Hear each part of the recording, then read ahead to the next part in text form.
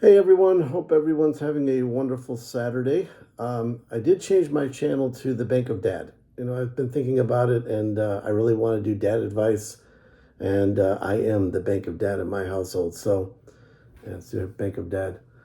Um, so, I really wanted to talk about some things today and start talking about, like in my 20s and earlier, some of the things about relationships and what made me successful and what I've learned about relationships.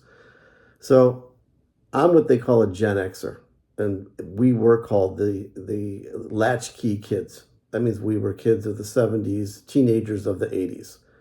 Um, Literally, we were a generation. Our friends were our family. Our parents were busy working. There was this time where dual income working parents started, as well as higher divorce rates. So we were kind of just let loose, and we all learned how to fend for ourselves and do things uh, that later on paid dividends. But it was also a great time of movies and music and just freedom, and not the worries we have today. It was completely different. So I would change nothing. And I would say that most of you who are in your 20s, your parents are Gen Xers. And we we want to be we ended up wanting to be all the things that our parents were not. This is how we did. So now you have different parenting, and I think we all say helicopter parents, if you want to call it, because we were trying to not do what we ended up doing, which some of us got in a lot of trouble. We had great times. And if you ever saw in the movies in the 1980s, the house parties that were going on, like in 16 Candles, those really happened. Those were pretty much every weekend. And I still wonder to this day, some of those parents, what they were doing and how they didn't, I don't know. But we had a great time, and I wouldn't change any of those things at all. And those experiences for me created the bonds that are now lasting a lifetime. I've had the same friends since I was a little kid, and those friends are still my friends today. We see each other every single week. We talk almost daily. Our kids have grown up with their kids, and those bonds are. I wouldn't change a thing. I mean, they're invaluable. It made who I am today. So, how does this bonds and everything help you with a happy life and financial freedom? That's what I really want to talk about today, that I see so different today. Friends. And you probably have heard this expression. If you've not, really think about it. Who you hang out with is who you will become. And it can't be any truer. If you hang out with bad people, you will become a bad person. You'll end up in crime or whatever it is. You hang out with people who strive to do better, you'll strive to do better. I've always said I want to be the dumbest person in the group. I want everybody with me to be smarter than I am. Now, I know my friends would probably say that's not true, but in my mind, they're all way smarter than me. And I've learned a lot of different things from them. So it's kind of like tongue in cheek, but at the same time, I think it is very true. So, if all your friends, I'm thinking about how to say this right, and I think I said earlier, if your friends are losers, you'll be loser. If your friends are winners, you'll be winner. So I just got to stress that enough, and it doesn't change throughout the time of your life. Even to this day, it's still the same thing. So for me, I'm 100% lucky that all this happened. And even in college, I found myself gravitating to people who were smarter than me and didn't even realize I was doing it, but it all helped me excel. So you want to echo their habits. You want to feed off each other. I think that's really important too. Is you will feed off each other, and then you all grow. And that's really been huge to my success. The next thing I'm going to say is who you date and who you marry. One of the most important decisions you will make is who you marry. And I'm going to say, I think 73% of divorces right now are due to financial reasons.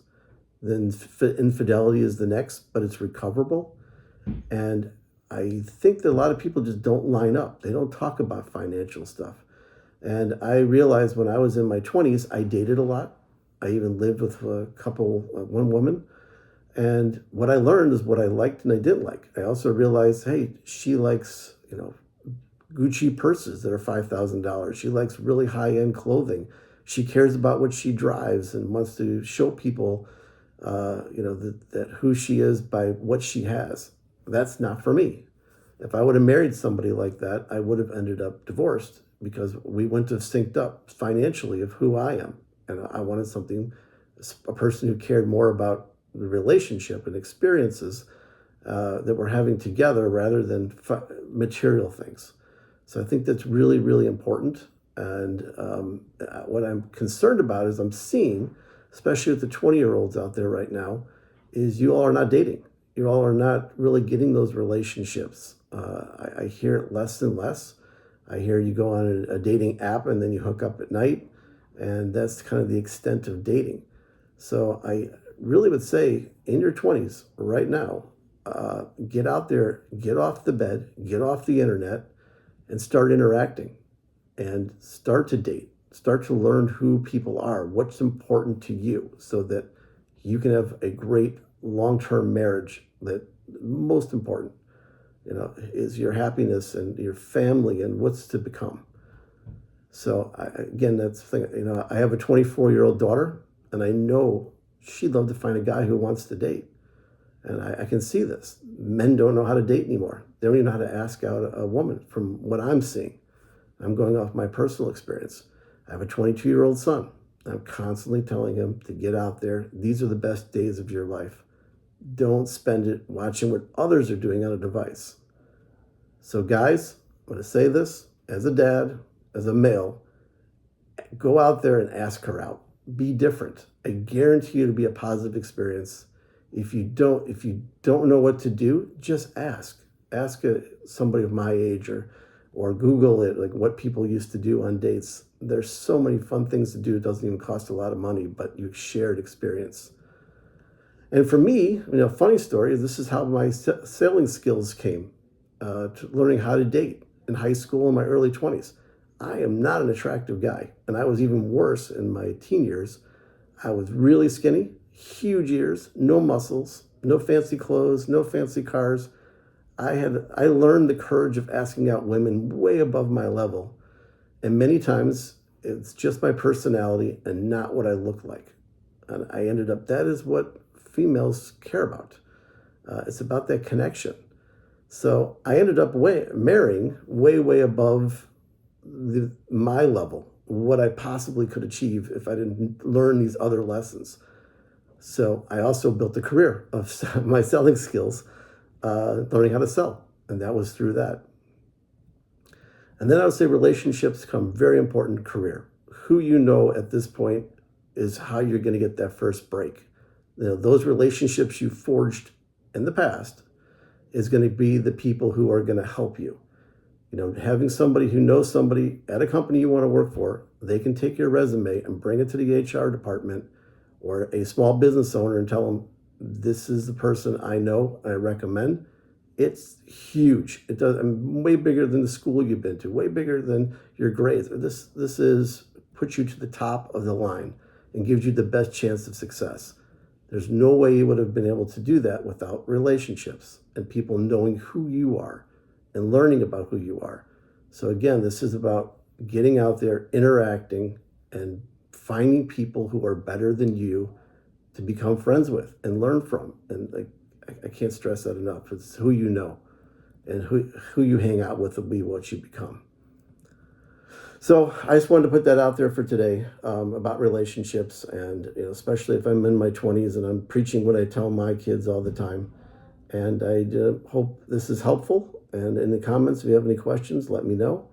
And from some of the older people out there, I'm sure they all agree. And if they don't, put that in the comments too.